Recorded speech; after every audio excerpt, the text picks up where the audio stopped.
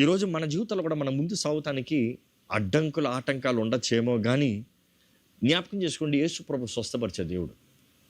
ఈరోజు ఎంతోమంది ఎన్నో పోరాటాల నుండి వచ్చారు, గాయాలు ఉన్నాయి. ఎందుకంటే మన అందరిలో చాలామంది survived a season of rejection, తునీకరణ, ఇంకా నేరారోపణ, ఆలస్యము, నిరుత్సాహము, ఇవి అన్ని మనుషుడి జీవితంలో సహజంగా ఎదుర్కోవాల్సిందే.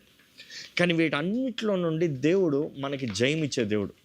వీటన్నిటిలో నుండి దేవుడు మనల్ని కాపాడే దేవుడు. దేవుడు మనల్ని కాపాడటం మాత్రమే కాదు, ఆయన గాయాలని మాన్పే దేవుడు.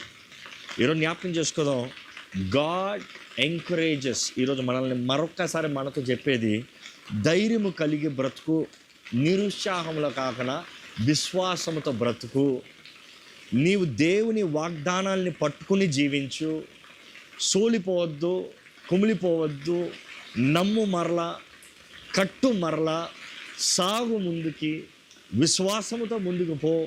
ఇది దేవుడు చెప్తున్నాడు.